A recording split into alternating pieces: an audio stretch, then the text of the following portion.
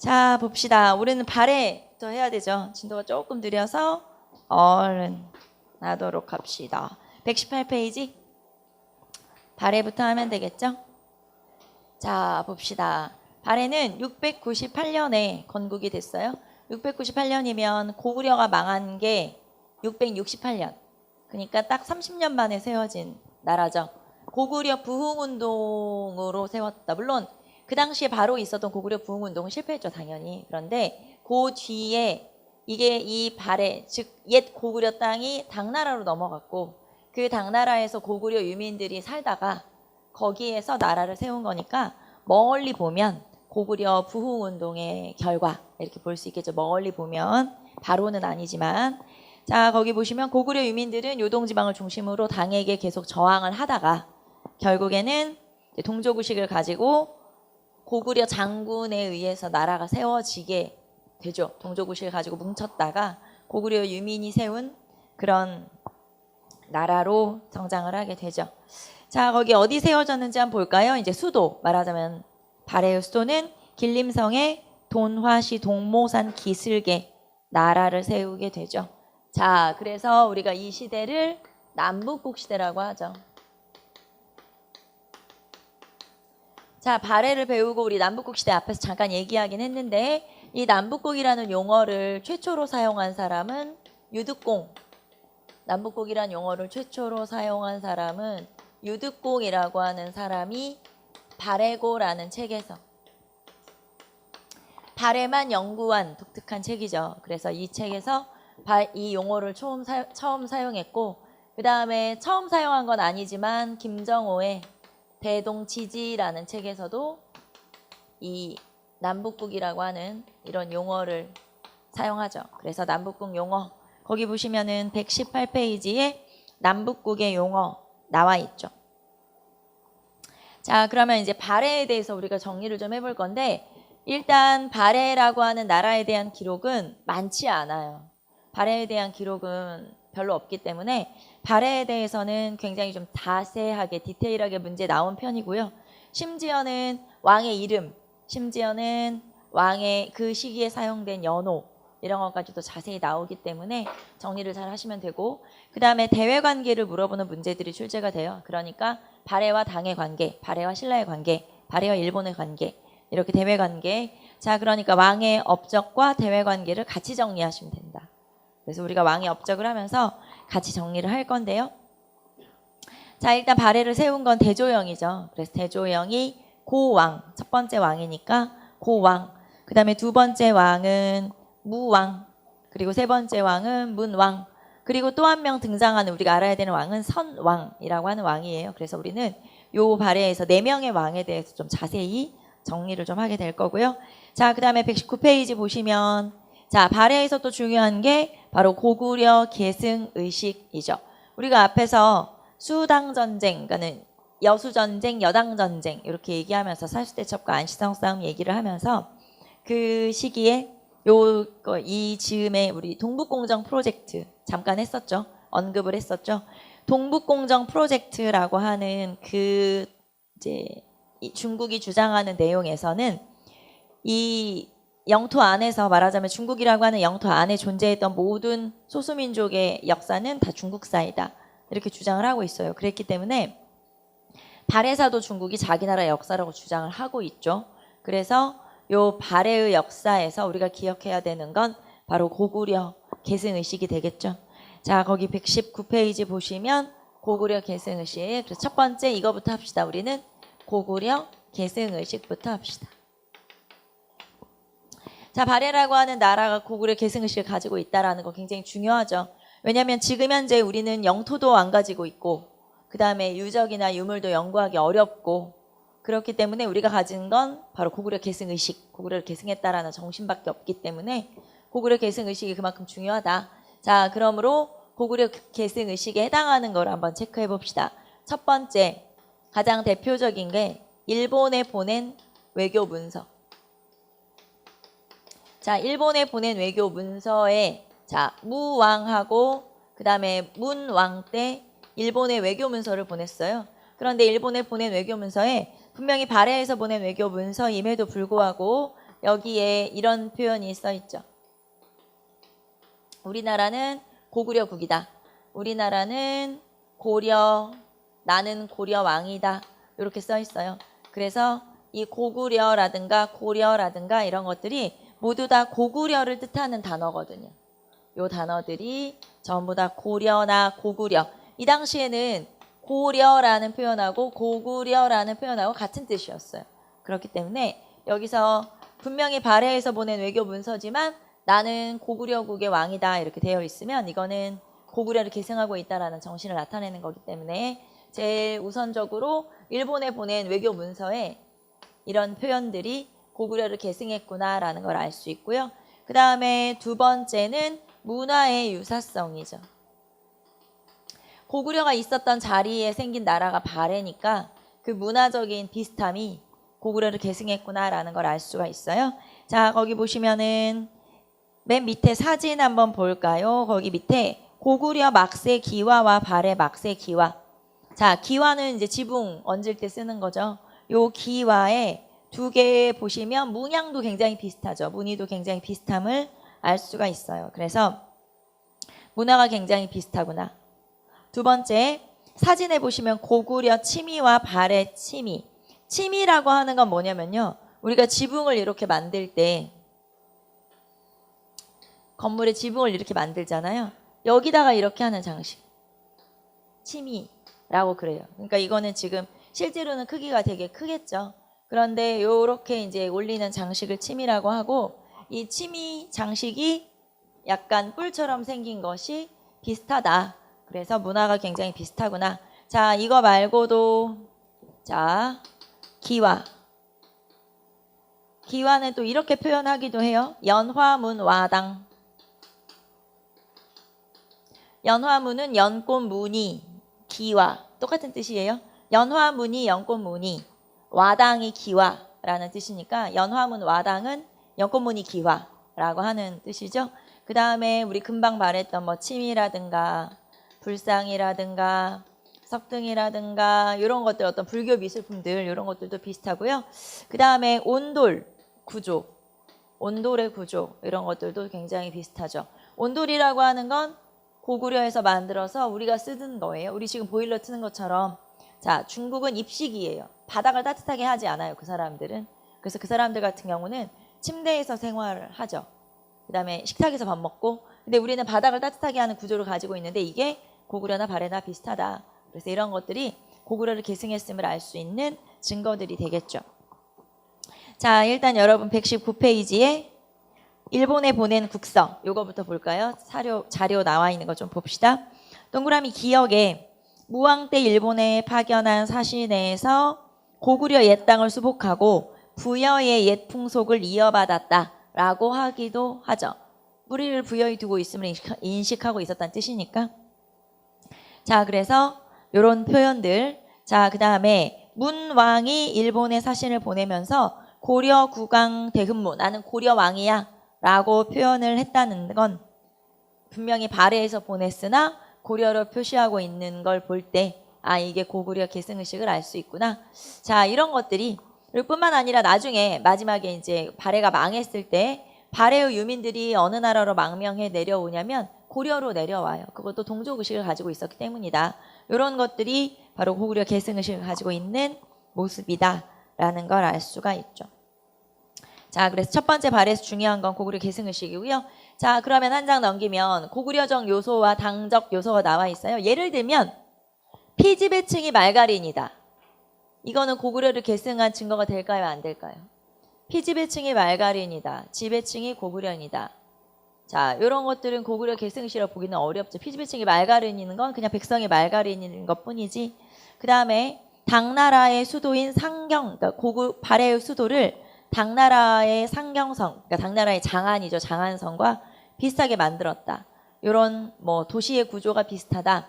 이런 거는 당의 양식을 모방한 거죠. 그래서 이런 것들. 그다음에 여기는 지금 빼먹었지만 뭐 무덤 양식이라든가 굴식, 돌방 무덤, 어떤 무덤 양식. 자, 이런 것들을 우리 문화재 하면서 다시 한번 보도록 하고요. 그래서 이런 문화적 유사성이나 민족, 일본에 보낸 외교문서, 그다음에 동족의식, 발해 유민들이 고려로 넘어왔다는 동족의식, 이런 것들은 고구려 계승의식을 알 수 있죠. 자, 그 다음에 120페이지 발해 정치의 특징 나와 있어요. 발해라고 하는 나라는 일단 강대국이었는데 이제 강한 나라로 성장을 했고 중앙집권 국가로 성장했는데, 그걸 뭘 보고 알 수 있냐? 연호를 사용했다는 거. 보통은 중국의 연호를 가져다 쓰지만 독자적인 연호를 사용하죠. 독자적인 연호를 사용했다는 건 그만큼 중국과 대등한 관계를 나타내는 거기 때문에 이 발해가 하나의 독립국으로서 역할을 했구나 알 수 있고요. 자, 그 다음에 전제 왕권의 확립. 즉 왕권이 세다는 거예요. 그래서 이 중국과 대립할 만큼, 대적할 만큼 그 정도로 강성한 나라였구나 알 수 있죠. 자, 그 다음에 나오는 게 발해의 발전이에요. 그래서 발해의 발전에서 이제 각 왕의 업적들 한번 살펴보도록 할게요. 여기가 가장 중요하겠죠. 자, 발해의 발전. 자, 발해의 발전에서 제일 먼저 등장하는 왕이 나라를 세운 고왕이겠죠. 자, 여기서는 왕의 이름도 중요하다고 했어요. 고왕의 이름이 대조영이에요. 발해의 시조죠. 말하자면 나라를 세운 고왕의 이름이 대조영이고, 자, 이때 연호도 한번 체크해 봅시다. 처음에 나라를 세웠을 때 연호가 뭐였어요? 천통 연호를 사용하게 되죠. 그래서 천통 연호를 사용했다. 자, 그 다음에 고왕 일단 건국을 했는데, 처음 건국했을 때의 나라 이름이 발해가 아니었어요. 처음 건국했을 때 나라 이름은 진이었죠. 자, 처음 건국했을 때 나라 이름이 진이었다가 나중에 나라 이름이 발해로 바뀌는데, 발해로 바뀌게 된 이유는 당나라에서 발해 군왕으로 임명을 해줬기 때문이죠. 당나라에서 발해 군왕으로 책봉을 했기 때문에 발해라는 칭호를 갖게 되고, 그러면서 나라 이름을 발해로 바꾸게 되죠. 그래서 처음에 나라 이름은 진이었다가 나중에 나라 이름이 발해, 이렇게 바뀐다. 물론 진이었을 때도 대조영이고 그 다음에 발해였을 때도 대조영이죠. 고왕 때. 그래서 고왕 때 나라 이름이 한번 중간에 바뀌는구나 알 수 있죠. 그게 바로 고왕. 자, 두 번째 왕으로 한번 가봅시다. 두 번째 왕은 무왕이에요. 자, 그 다음에 무왕의 이름은 뭐예요? 대무예. 그래서 대무예고요. 자, 그 다음에 무왕 때의 연호까지 체크 한번 해볼까요? 자, 무왕 때의 연호는 인안연호. 그래서 천통 다음에 인안. 이 연호가 은근히 발해에서는 시험에 잘 나오기 때문에 알아두시면 되겠죠. 왕별로 정리를 좀 해보시면 되겠죠. 자, 그래서 인안연호를 사용했고, 그 다음에 이 무왕 같은 경우는 시기를 물어보는 경우도 있어요. 그래서 무왕은 시기 한번 체크해 보세요. 거기 보시면 8세기 전반기, 그냥 이렇게 하시면 돼요. 8세기 전반. 그래서 무왕은 8세기 전반기의 왕이구나 알 수가 있죠. 자, 일단 무왕 때는 나라를 세운 지 그닥 많이 되지 않았죠. 그래서 이 당시에 발해라고 하는 나라는 아직까지 신라와 당나라와는 사이가 별로 좋지 않았죠. 그래서 당과 신라와 비교적 적대적인 관계를 가지고 있었을 때고, 심지어는 당을 공격하기도 하죠. 당을 공격하기도 하는데 산둥반도 덩저우 지방을, 자, 산둥반도 덩저우 지방을 공격을 하기도 하고요. 이때 장문유, 수군인 장문유로 하여금, 이 장문유라는 사람은 이제 발해 사람이고, 장문유로 하여금 산둥반도 덩저우 지방을 공격하도록 하죠. 자, 그러면 이렇게 산둥반도 덩저우 지방을 공격하게 된 이유는 뭐냐면 흑수말갈 때문이에요. 그래서 흑수말갈 때문. 자, 흑수말갈이 원래 말갈족이 피지배층이죠. 고구려, 이 발해라고 하는 나라는 지배층은 고구려인이지만 피지배층은 말갈인이었는데, 그 말갈은 부족이에요. 여러 개의 부족들로 이렇게 흩어져 있는 거고, 걔네들이 피지배층에 해당하는데 그 말갈들 중에서 부족이 여러 부족이니까 그 중에서 흑수말갈이라고 하는 말갈애들이 있었어요. 그런데 흑수말갈이 당과 직접 연결을 시도했기 때문에, 당나라와 원래는 발해라고 하는 나라를 통해서 당과 뭘 하든지 해야 되는데 이때는 직접 연결을 시도했기 때문에, 그러니까 발해를 무시하고 당나라와 교류하려고 했기 때문에 이거에 대한 응징을 하죠. 즉 흑수말갈도 응징을 하고 그 다음에 당나라도 공격을 하고, 그래서 당을 공격하게 되고, 이 당을 공격을 했는데 이 선등반도 덩저우 지방에 쉽게 말하면 얘네들이 피해를 보게 돼요. 그래서 자사 위준을 죽이기도 하죠. 그 지역을 이제 토벌을 한 거죠. 자, 그랬더니 이 당나라는 이것에 대한 복수로 신라에게 발해를 공격해달라고 요청을 하게 돼요. 그래서 이때 신라에서 발해를 공격하기도 하죠. 자, 그래서 여기다 써볼까요? 자, 신라가 발해를 공격하기도 한다. 신라가 발해를 공격하기도 하죠. 즉, 당에서 신라한테 복수해달라고 도움을 요청한 거예요. 그래서 신라가 발해를 공격하기도 하는데 이때 신라는 그러면 어느 왕이냐? 이때 신라는 성덕왕이에요. 신라 중대 성덕왕. 우리가 앞에서 정전지급 할 때 나왔던 그 왕이죠. 그래서 성덕왕 때 발해를 공격하기도, 신라가 발해를 공격하기도 하죠. 물론 실패를 해요. 왜냐하면 너무 폭설이 많이 내리고 날씨가 너무 추웠기 때문에. 그래서 어쨌든 이거에 대한 복수로 신라가 발해를 공격할 때도 있었구나 라는 걸 알 수가 있죠. 자, 그래서 당과 신라와 비교적 적대적이고 신라하고도 뭐 사이가 그닥 좋지 않았죠. 왜냐하면 나당 연합군에 의해서 발해가 고구려가 망했기 때문에. 자, 그러면 당과 신라가 만약에 여기 당이 있고 여기 발해가 있고 여기 신라가 있는데 통일신라가 있는데 당과 발해가 이렇게 협공을 하게 되면 발해는 고립되기가 쉽겠죠. 그래서 이렇게 고립에서 벗어나기 위해서, 즉 고립 탈피책으로 다른 나라들과 친선관계를 유지하게 돼요. 그 친선관계를 유지한 나라가 어디냐? 이 나라는 돌궐, 그 다음에 일본과 친선관계를 유지하게 되죠.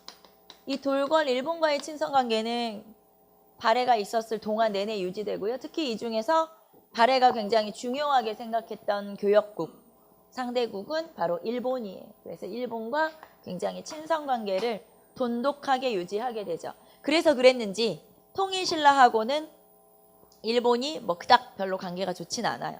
뭐 무역량이 그렇게 많지도 않고, 그래서 오히려 발해하고도 잘 지내고 신라하고는 오히려 일본은 좀 그닥 별로 막 활발한 교류를 하진 않았거든요. 그래서 그런 것들이 이제 이런 이유도 있겠죠.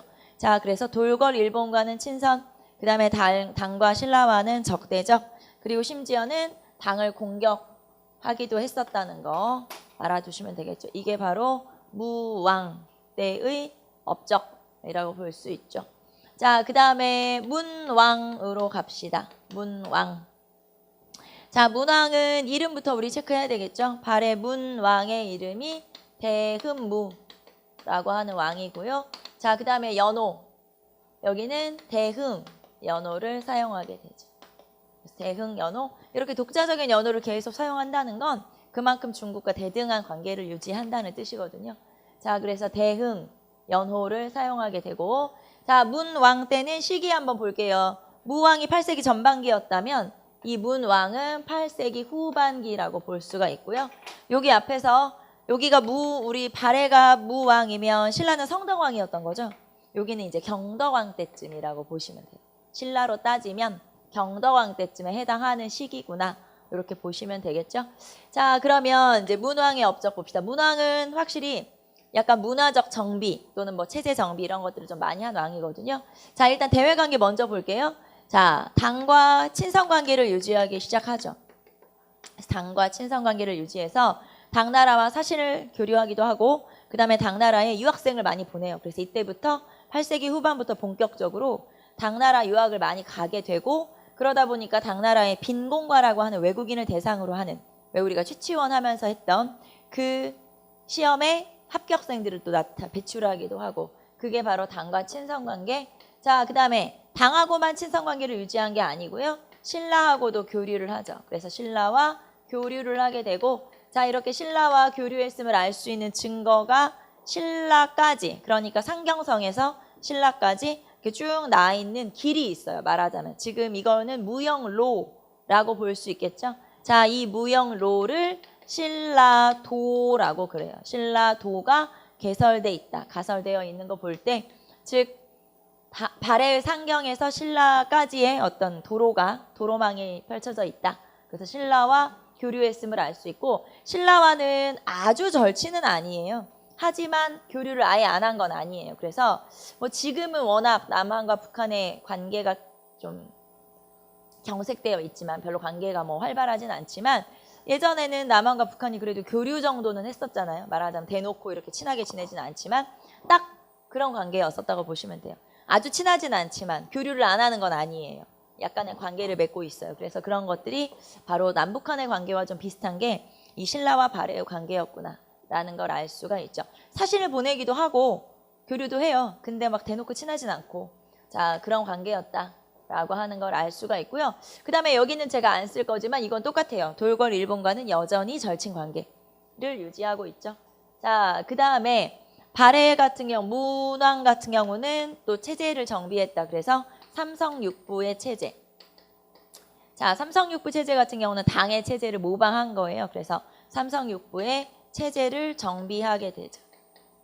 삼성육부의 체제를 정비하게 된다. 그래서 중앙정치 조직을 정비한 거고 그 다음에 주자감을 설치하기도 하죠. 주자감은 학교. 어느 나라나 학교 이름, 관리감찰기구 이름은 알아야 된다고 그랬죠. 그래서 여기는 주자감.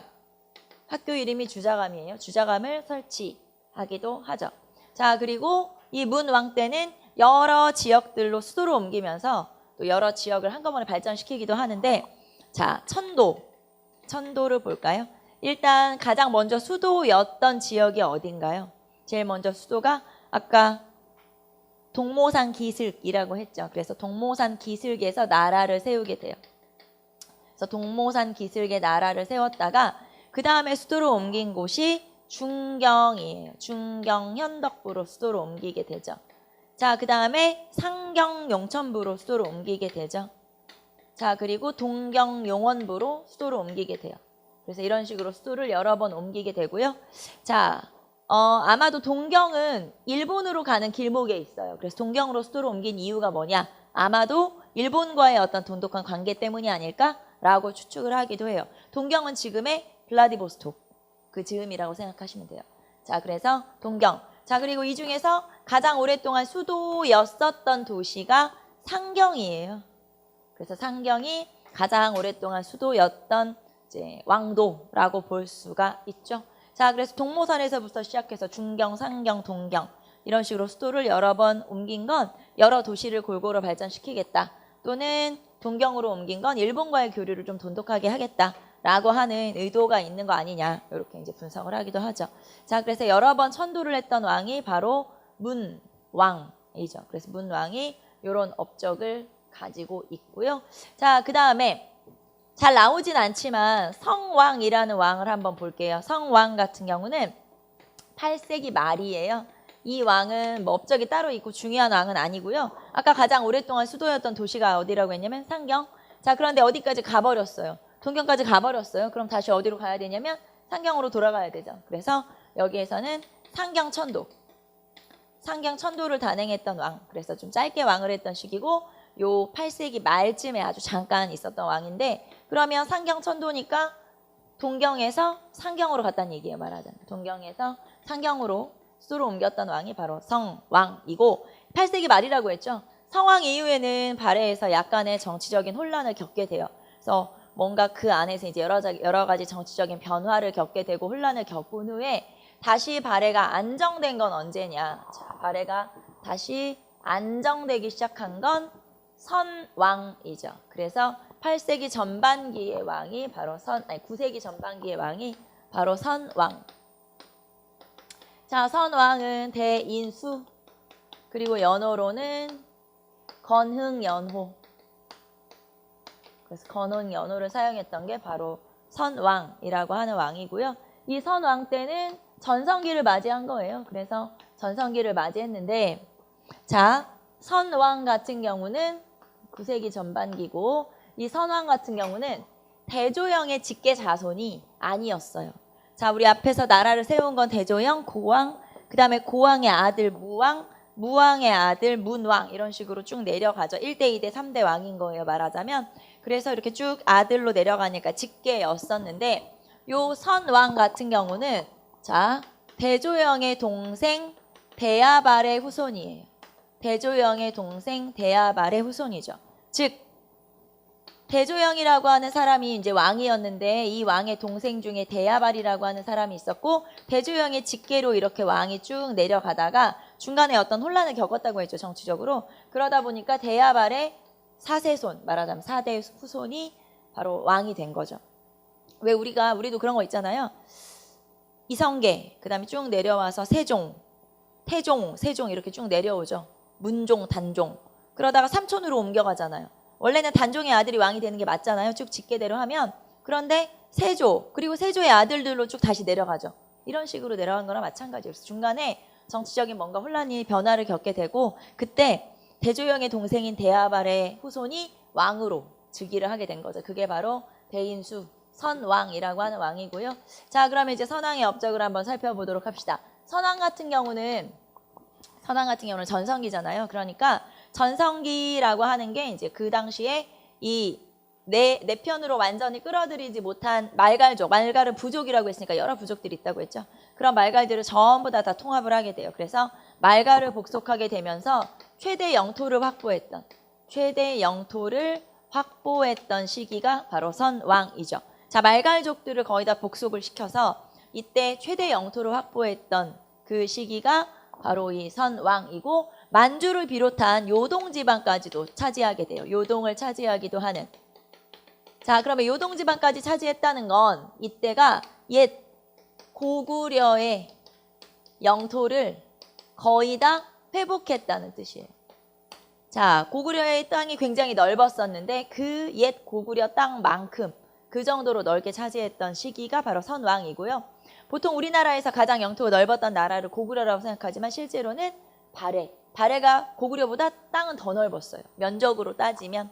그래서 굉장히 최대 영토를 확보했던 시기가 바로 선왕이고 자, 이렇게 넓은 영토를 확보했으면 지방제도를 한번 정비를 할 필요가 있죠. 그래서 이때 지방행정 조직을 정비를 하는데 그게 5경, 15부, 62주라고 하는 걸 설치하게 되죠.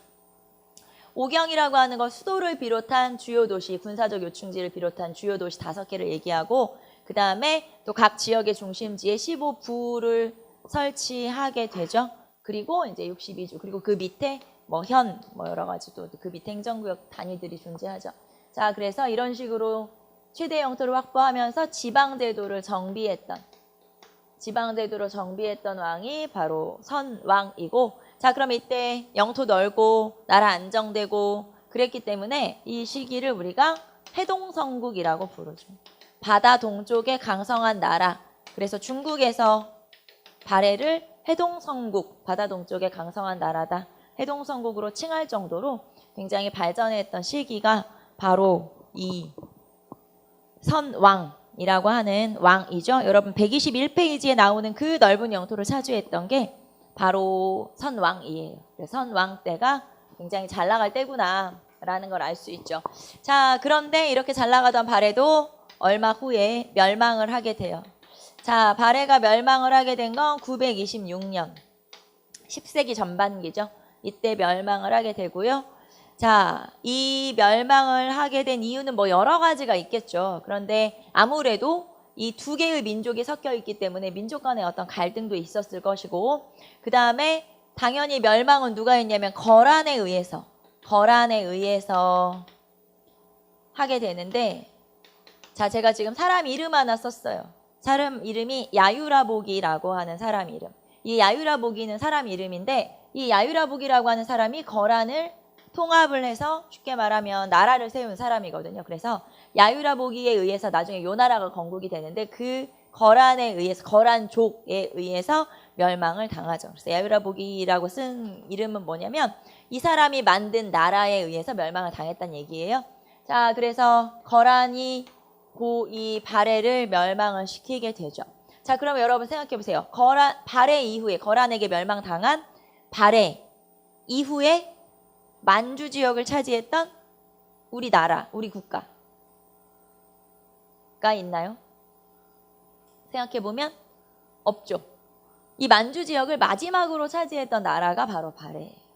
그 뒤로는 바로 고려가 세워지고 고려는 거기까지 가지도 못했고 조선은 세워졌지만 압록강 두만강으로 경계 끝이고 그렇기 때문에 결국에는 그 발해라고 하는 그러니까 그 만주라고 하는 우리나라가 예전에 고조선부터 고구려부터 발해까지 이어지면서 거기를 터전으로 잡고 살고 있었는데 그 지역을 완전히 이제 뺏기게 된 거죠. 완전히 발해 이후에는 그 지역이 다시 한 번도 우리가 그 지역을 차지하지 못했다는 얘기죠. 그래서 만주 지역을 차지했던 우리의 마지막 국가, 마지막 나라가 바로 발해라고 하는 거예요. 그래서 발해라고 하는 건 그런 의미도 있죠.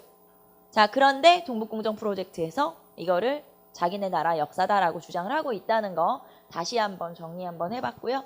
자, 그래서 결국에는 멸망, 그리고 나중에 이 멸망을 당한 이후에 발해 유민, 뭐 왕자라고 알려져 있는 뭐 대광현 이런 사람들이 고려로 망명을 하게 돼요. 아까 말했던 것처럼 같은 동족이라는 의식을 가지고 있었기 때문에 또 고려도 역시 고구려 계승한 나라죠. 그래서 동족 의식을 가지고 있는 고려로 망명을 하게 되죠. 고려 태조 때쯤.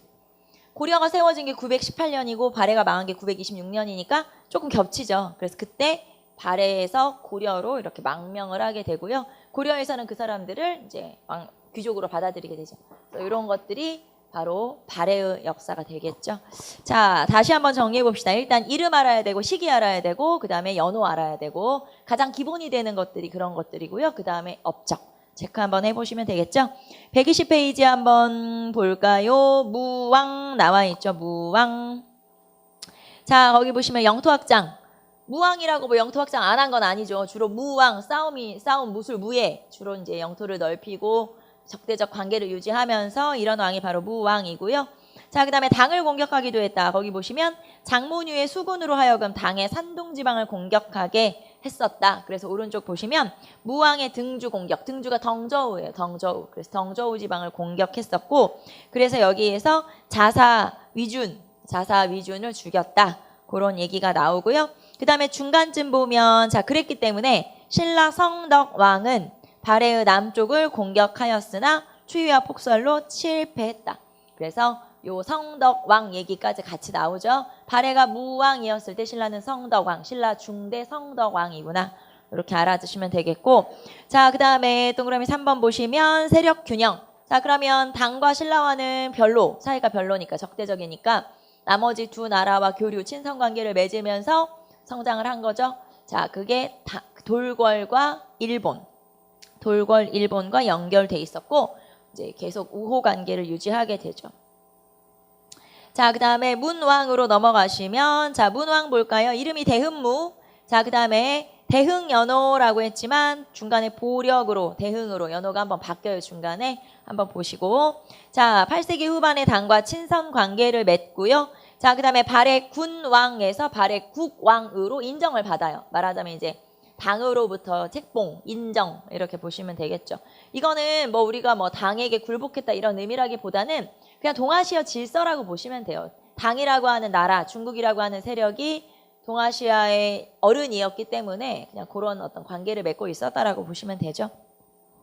자, 그래서 문왕을 발해 국왕으로 승격을 시켰다. 조금 더 인정을 해줬다는 뜻이 되겠죠. 당나라에서. 자, 그리고 신라도라고 하는 이 길, 말하자면 무역로, 교통로가 개설되기도 하죠. 자, 그 다음에 체제정비. 당의 삼성육부제를 도입해서 이제 발해에서도 삼성육부 체제를 정비를 하고 주자감을 설치하기도 하고요. 그 다음에 천도 보시면 동모선에서 중경, 중경에서 상경, 상경에서 동경. 순서 좀 외워두시면 되겠죠. 어느 왕 때 어디로 옮겼냐 이런 것들 뭐 단골로 물어보는 지문이기 때문에 동중상동 이렇게 옮겨 다니게 돼요. 자, 여러분 동중상동 순서대로 옮겨 다니는구나 체크하시면 되겠고 자, 그 다음에 스스로 이만큼 내가 강성한 나라야. 그렇기 때문에 스스로 황제국이라고 칭하게 되죠. 거기 보시면 고려국, 우리나라 고려국이야. 자, 발해에서 고려국을 칭하게 된 거죠. 이제 고려국을 칭하고 황상이라는 표현을 쓰기도 하죠. 우리는 하늘의 자손이야 라고 하는 뜻이죠. 자, 그리고 오른쪽에 보시면 거기 또 특이한 뭐라고 또 써있어요. 뭐라고 써있냐면 문왕은 전륜성왕을 표방하기도 했다. 전륜성왕이 뭐냐면 이거 앞에 신라에서도 나왔었거든요. 전륜성왕은 불교에서의 이상적 군주. 그러니까 내가 짱이야 뭐 이런 거예요. 쉽게 말하면 야 내가 최고지 뭐 이런 뜻이에요. 그래서 이렇게 불교에서의 어떤 이상적 군주를 스스로 칭할 정도면 그만큼 왕권이 안정되고 나라가 좀 안정되고 했었다는 걸 또 알 수가 있죠. 그럼 신라에서 전륜성왕을 칭했던 왕은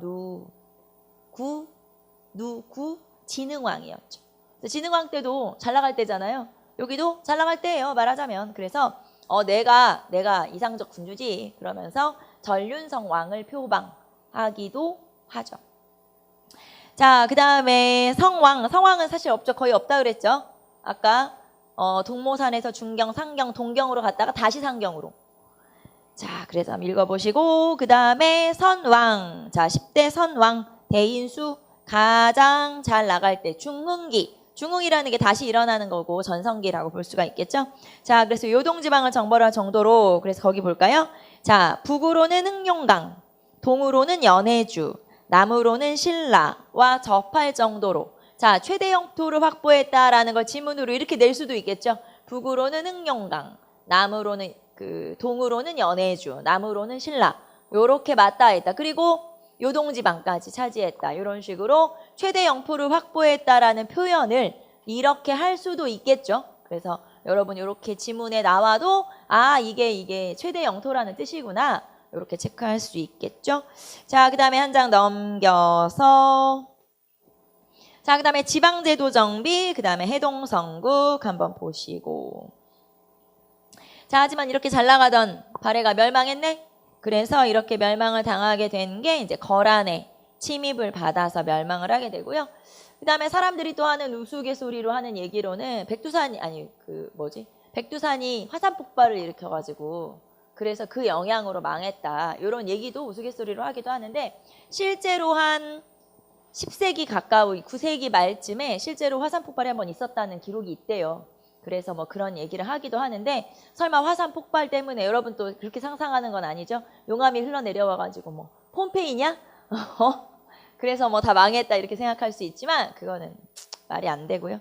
요즘도 백두산이 폭발할 수 있다는 얘기가 2013년부터 나오기 시작했어요. 2013년, 14년부터 그때 이제 화산이 폭발할 거다 그런 얘기가 나와서 제가 백두산 못 가고 있잖아요.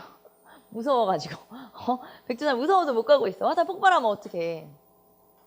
그래서 어쨌든 그런 얘기가 나오고 있는데 개뿔 2017년이구만. 화산 폭발은 무슨. 자, 어쨌든 그래서 전성기까지 한번 살펴봤고 그 다음에 멸망, 그 다음에 부흥운동. 거기 보시면 이제 여러 가지 부흥운동들을 뭐 정한국이라든가 후발해국이라든가 여러 가지 나라를 세웠지만 오래 가지는 못해요. 자, 그 다음에 발해와 대외관계. 발해와 대외관계는 그냥 여러분 같이 봅시다. 왜냐면 앞에서 다 했던 거니까 봅시다. 자, 초기에는 발해는 고구려 계승한 나라이기 때문에 당과 적대적 관계였다.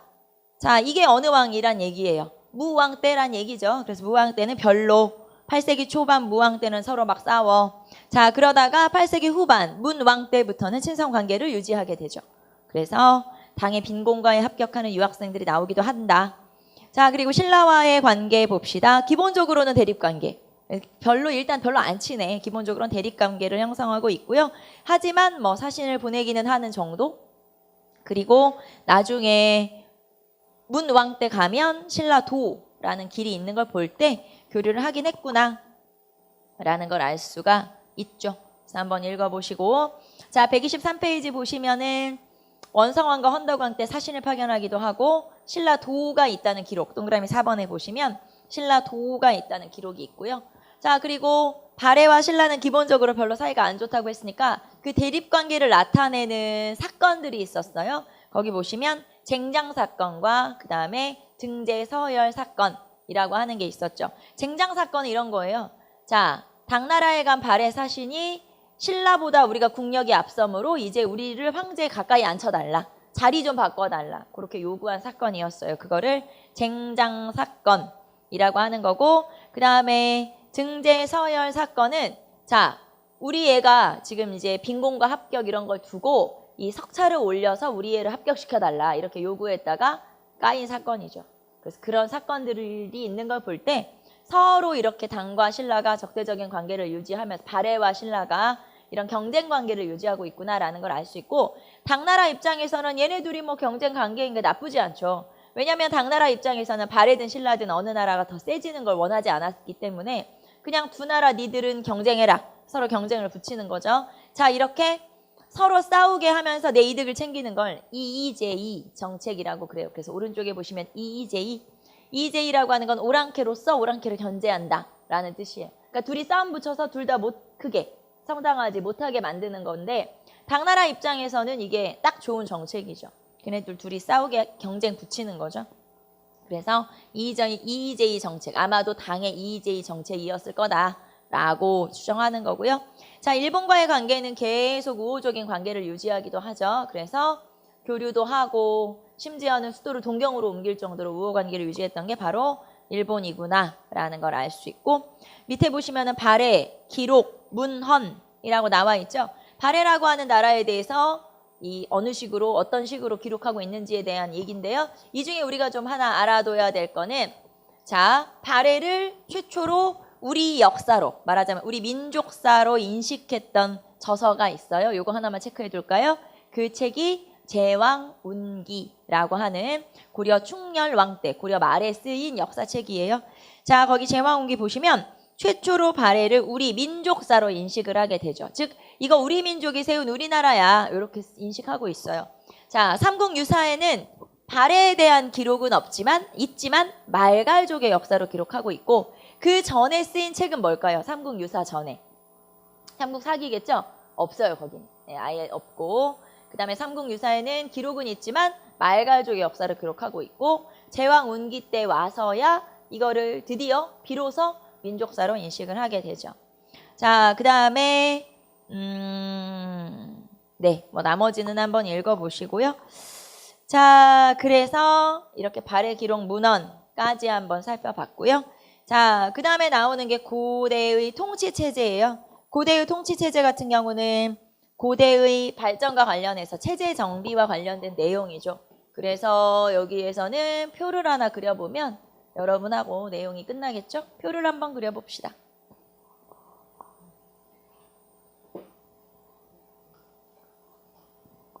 어제 인천도 첫눈 왔어요? 좋아? 별로야? 왜 이렇게 이 사람들 이렇게 감흥이 없어? 첫눈도 오고 그랬는데 별로야? 저는 첫눈 온지 모르고 그러니까 눈이 막 내리고 있었는데 그걸 모르고 나간 거예요. 그래가지고 깜짝 놀랐죠. 짜증을 내면서 갔죠. 아 뭐야 왜 눈이 오고 난리야 막 이러면서 눈이 오는 게 이제 기쁠 나이가 아니에요. 너무 늙어서. 친구 생일이어서 전화했더니 이제 우리 이런 건 하지 말자 이러더라고요.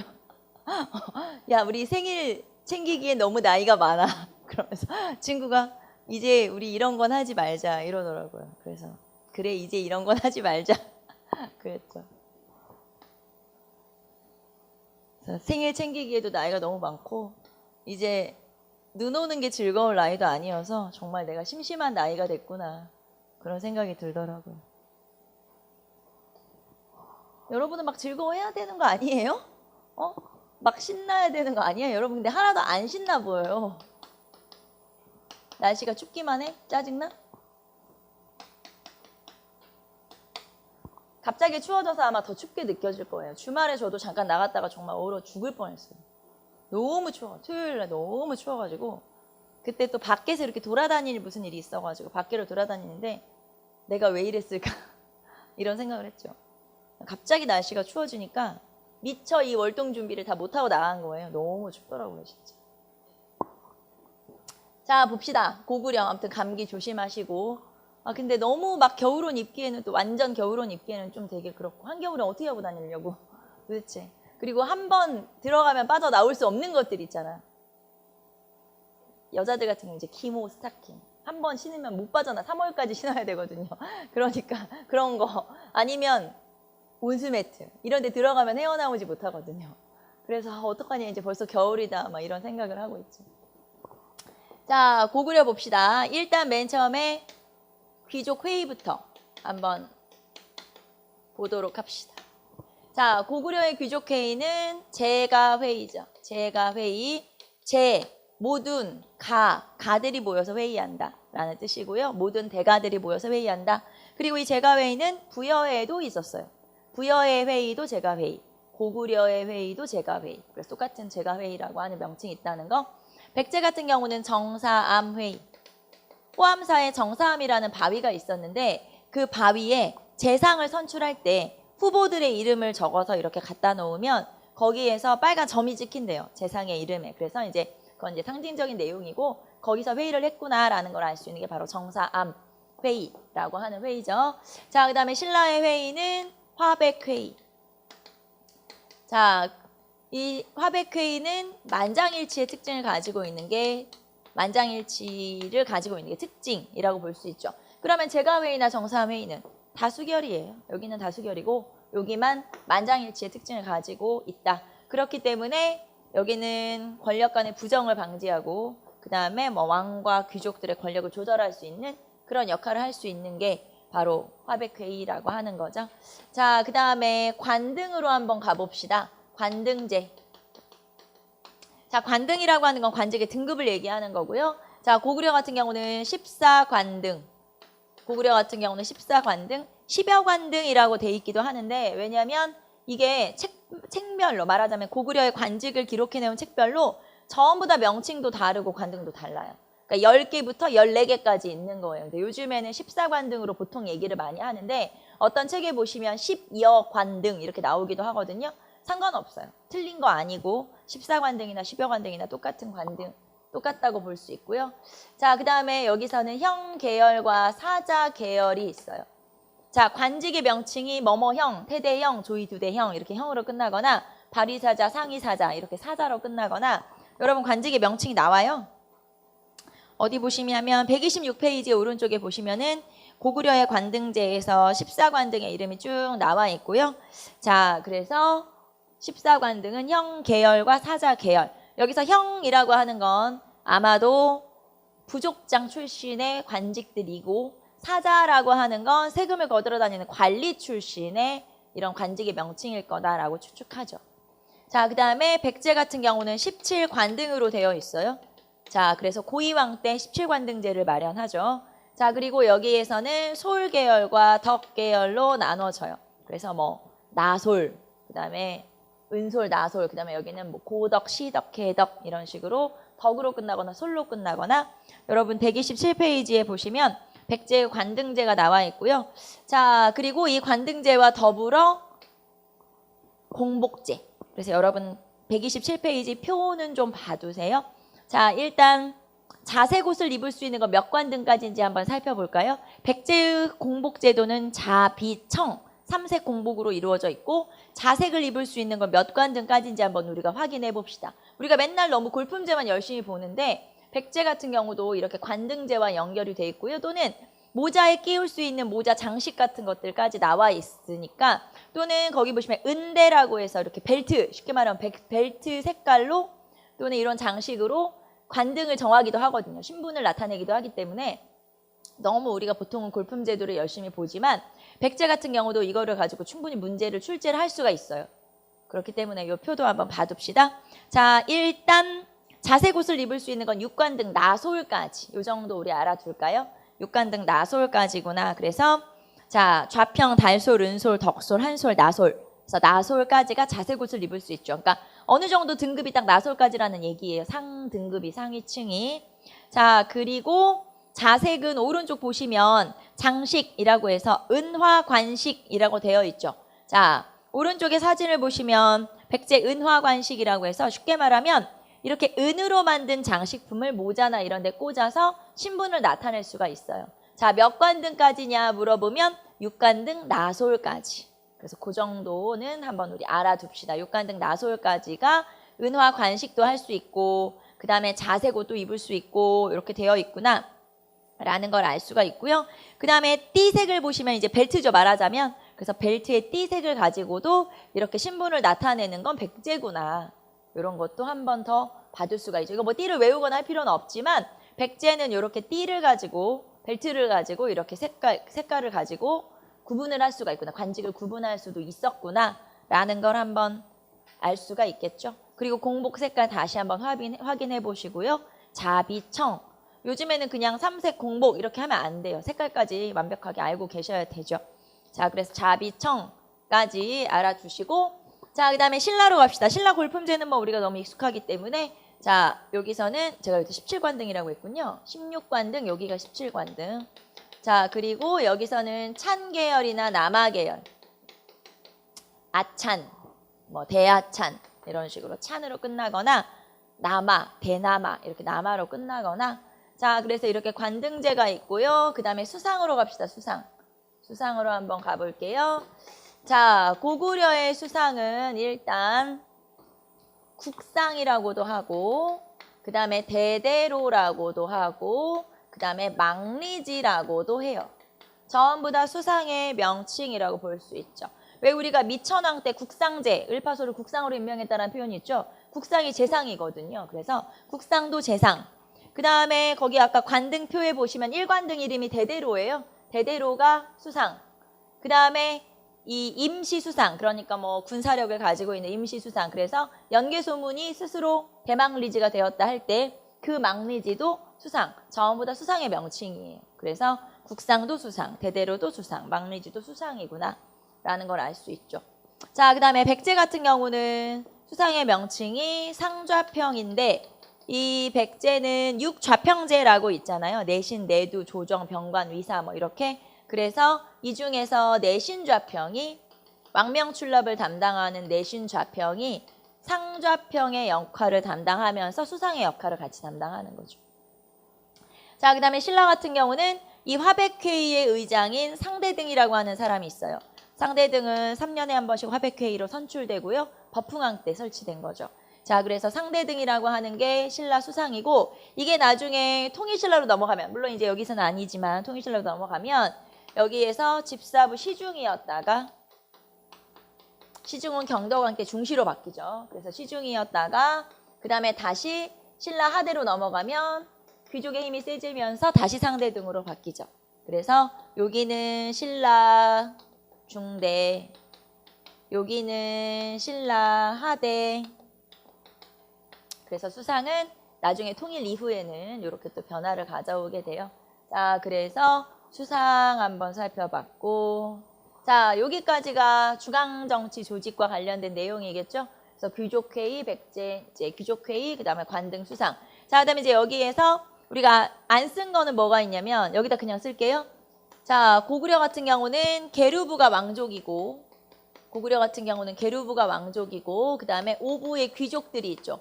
오부 출신 귀족들이 있고 그 다음에 백제 같은 경우는 왕족의 성씨가 부여씨고 그 다음에 팔성 귀족이 있어요.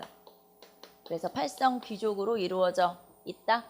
그 다음에 신라 같은 경우는 원래는 육촌에서 시작하죠. 육촌에서 시작해서 육부로 정비가 되죠.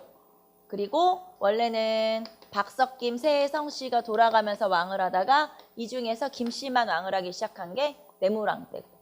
그래서 이렇게 귀족에 관련된 거. 이거는 나중에 사회 파트 가면 다시 나올 거지만 한번 정리 한번 해봤어요. 그래서 이렇게. 자, 그 다음에 나머지는 지방제도에 대해서 한번 살펴볼게요. 지방에서 자, 중앙은 서울을 몇 개의 권역으로 나누었나라는 거고 그 다음에 지방. 그리고 지방에서는 지방장관. 그래서 이렇게 지방행정에 관한 내용들 한번 봅시다. 자, 고구려 같은 경우는 전국을 중앙을 오부로 나누고 지방도 오부로 나눠요. 그래서 오부. 자, 그리고 지방장관의 명칭이 욕살이죠. 오부, 욕살. 자, 백제 같은 경우는 오부 그리고 오방으로 나누죠. 그래서 오부, 방령 이렇게 나누고요.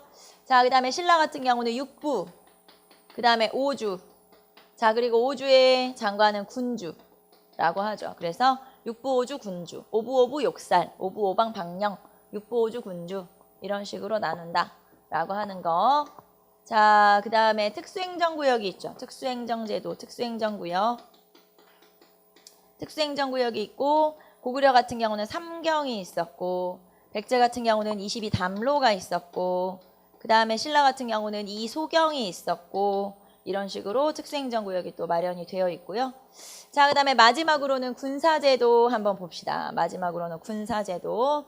자, 군사제도라고 하는 건 고구려나 백제나 신라나 거의 똑같아요. 그래서 군사제도로는 자, 지방행정제도와 일치한다. 자, 무슨 말이냐면 하나의 군사 조직이 하나의 지방행정 제도, 지방행정 조직과 일치한다.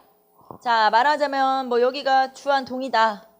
그러면은 이 하나의 동이 하나의 군대나 마찬가지예요. 그래서 하나의 지방행정 조직이 하나의 군사 조직과 마찬가지이기 때문에 여기에서의 지방행정 장관이 있겠죠? 그러면 이 지방행정 장관은 즉 군사 지휘관이나 마찬가지겠죠. 자, 그래서 이렇게 나눠질 수 있다. 물론 이렇게 지방행정 장관 밑에 작은 군대 단위들은 마련이 돼 있고 그 사람들의 명칭이 또 따로 있긴 하죠. 하지만 뭐 대모달 뭐 이런 것도 있긴 하지만 어쨌든 이런 식으로 거의 일치하니까 특별한 특징이 따로 있는 건 아니죠. 자, 그래서 지방행정까지 한번 살펴봤고요. 여러분 책으로 빠르게 보고 한번 넘어가 볼게요. 125페이지부터 한번 보시면 자, 125페이지에 삼국은 부중심 체제였었다. 그래서 첫 번째 줄에 고구려 5부, 백제 5부, 신라 6부로 이루어져 있고요. 자, 그 다음에 귀족회의 체제. 자, 고구려, 백제, 신라 모두 다 귀족들의 회의기구가 존재한다는 건 귀족 중심의 정치가 이루어졌다. 귀족 연합 정치, 귀족 합의 정치가 이루어졌다라는 걸 알 수가 있어요. 자, 그 다음에 삼국의 행정이 정비되는 과정에서 관등제라고 하는 게 생기죠. 그래서 체제가 정비된다라는 것도 알 수 있고, 자, 그리고 한 장 넘기시면은 고구려부터 한번 쭉 봅시다. 고구려는 14관등, 그리고 형계열, 사자계열, 수상은 대대로였었죠. 자, 그리고 회의는 제가회의. 자, 그리고 여기서 우리는 중앙 부서만 한번 체크해 볼까요? 이건 좀 낯설 수 있으니까. 자, 맨 끝에 동그라미 4번 보세요. 자, 평양 천도 이후에 대대로 아래 재정을 담당하는 주부와 그 다음에 내무를 담당하는 내평, 외무를 담당하는 외평으로 나눈다. 자, 주부, 내평, 외평 이런 단어들 나오면 고구려구나. 이렇게 체크할 수 있겠죠. 그래서 중앙부서 한번 체크해 보시고, 자, 그 다음에 백제 한번 볼게요. 16관등제와 6좌평제가 마련되죠. 고이왕 때. 그래서 고이왕 때 이런 게 나누어져 있구나라는 거. 자, 그리고 다섯 번째 줄 한번 보세요. 사비천도 이후에 좌평 이외에 왕실 사무를 담당하는 내관 12부, 중앙정부를 담당하는 외관 10부의 22부 정비. 우리가 상황 때 22부 정비했었죠. 네, 그거 말하는 거고요. 자, 그 다음에 수상은 상좌평이면서 내신좌평을 담당하고 3년마다 정사회의에서 선거를 통해서 선출을 하게 되죠. 자, 그 다음에 귀족회의는 정사회의. 원래는 남당이라고 하는 기구가 있었다가 이게 이제 정사회의로 개편이 된 거죠.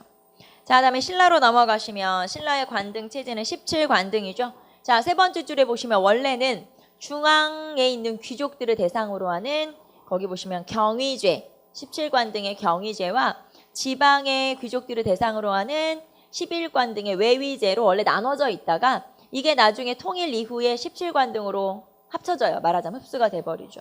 그래서 나중에는 외위제가 소멸돼 버리는구나 알 수가 있고, 중앙관제는 이렇게 여러 부서들을 만들죠. 자, 법흥왕 때 제일 먼저 병부를 설치하고 그 다음에 진흥왕 때 품주를 설치하고 이 품주는 나중에 진덕여왕 때 나눠지죠. 집사부와 창부로 나눠지고, 자, 그 다음에 진평왕 때는 위화부, 조부, 영객부, 승부 등등.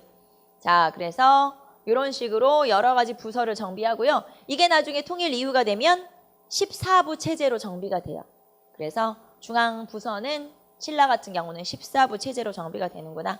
자, 그 다음에 귀족회의는 만장일치제도, 화백회의 한 장 넘기시면, 자, 이제 삼국의 지방 체제 봅시다. 자, 삼국은 주요 거점이 되었던 성을 나중에 군으로 개편을 하게 되죠. 그래서 성을 군으로 개편을 하게 되고요. 그 다음에 고구려는 5부, 백제는 5방, 신라는 5주 이런 식으로 지방을 분리를 하죠. 나누죠. 말하자면. 자, 그리고 밑에 보시면 자, 고구려 나와 있죠. 전국 서울을 5부, 전국을 5부, 욕살. 자, 그리고 그 밑에 5부 이하의 성은 철역은지 또는 도사가 통치하게 된다.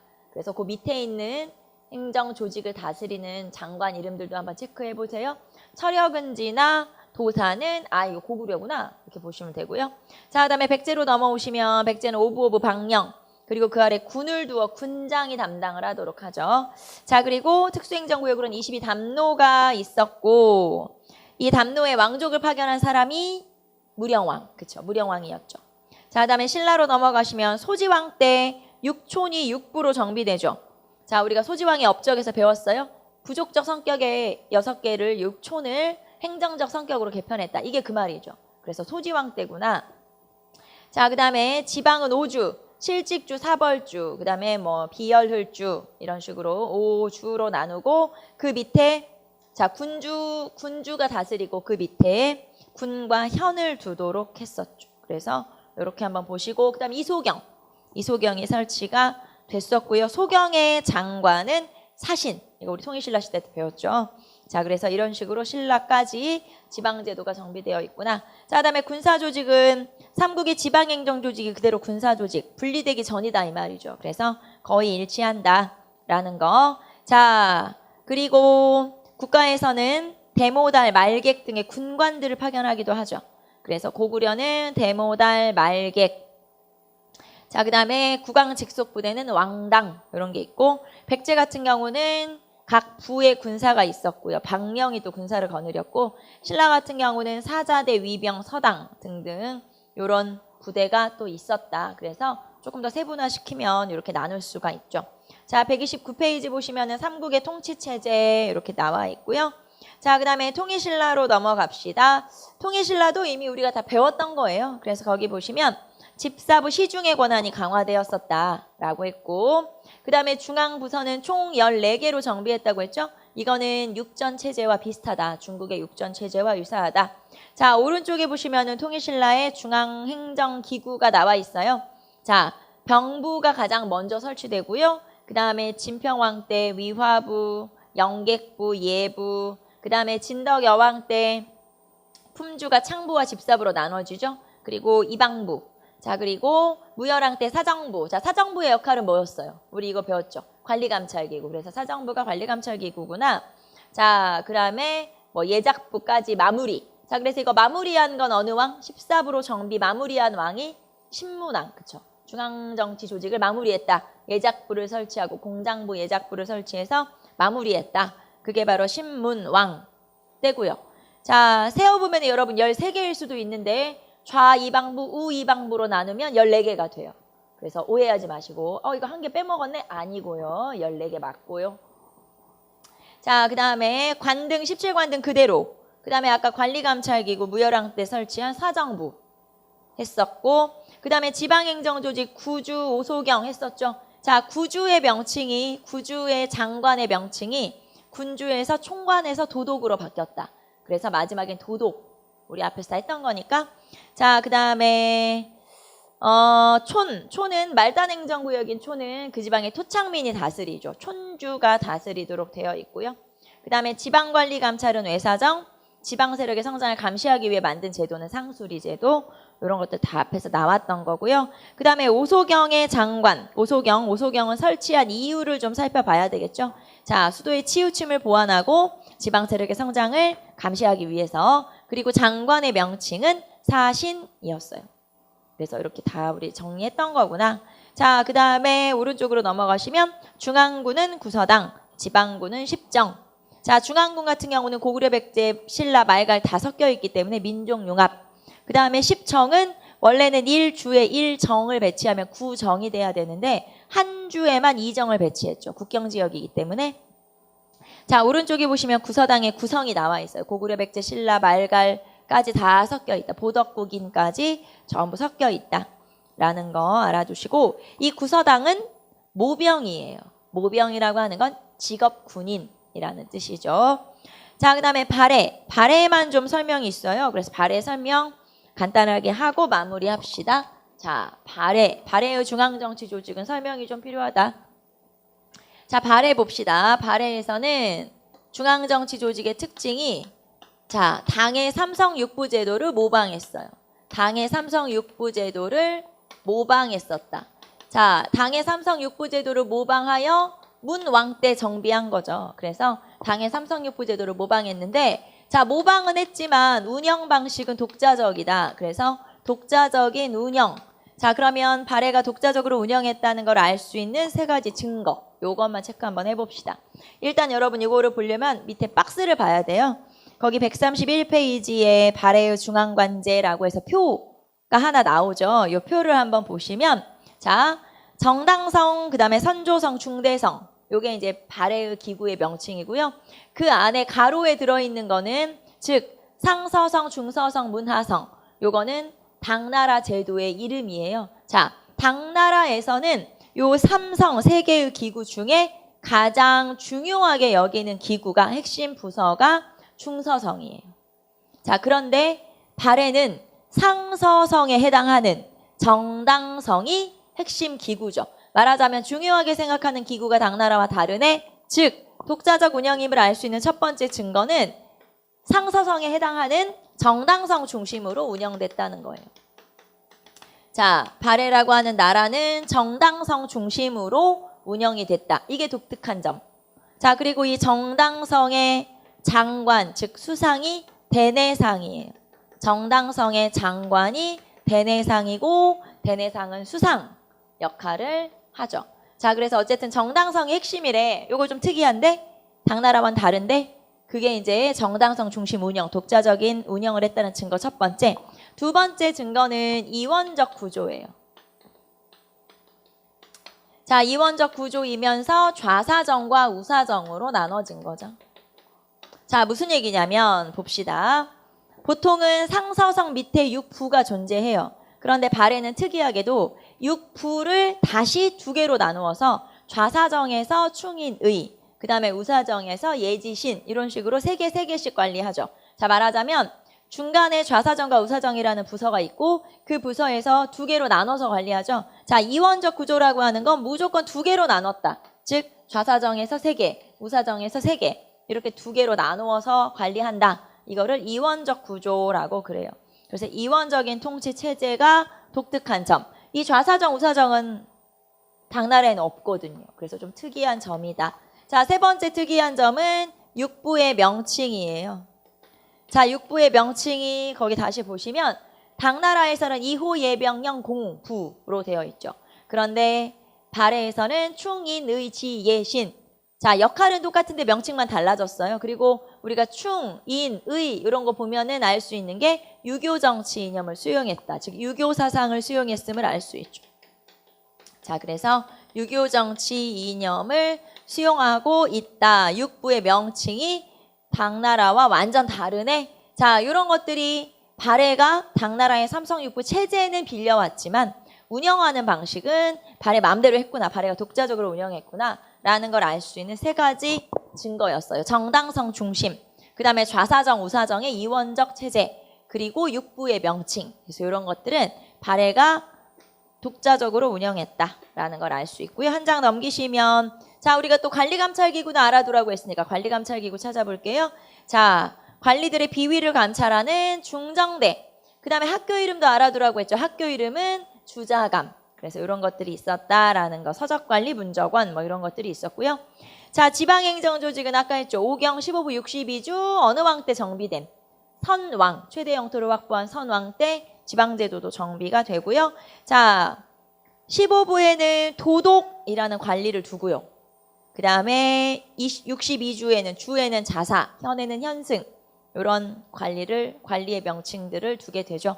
자, 그러면은 신라에서 통일신라에서의 구주의 장관 이름이 도독, 그 다음에 발해에서 15부의 장관 이름이 도독. 자, 그러면 발해나 신라가 똑같은 지방장관의 명칭을 사용하고 있네요. 도독. 그래서 같은 명칭을 사용하고 있기도 하는구나 알 수 있고, 자, 그 다음에 말단 행정구역인 촌에 그 지역을 다스리는 촌장은 토착민이죠.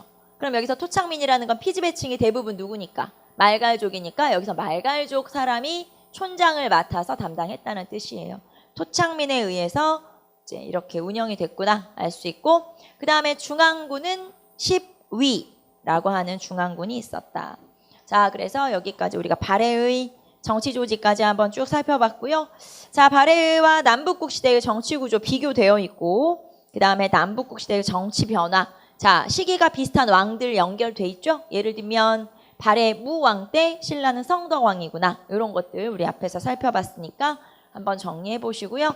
자, 여기까지 해서 우리가 고대의 정치를 다 살펴본 거예요. 우리는 잠깐 쉬었다가 이제 경제, 사회 이렇게 넘어가도록 합시다. 잠깐 쉴게요.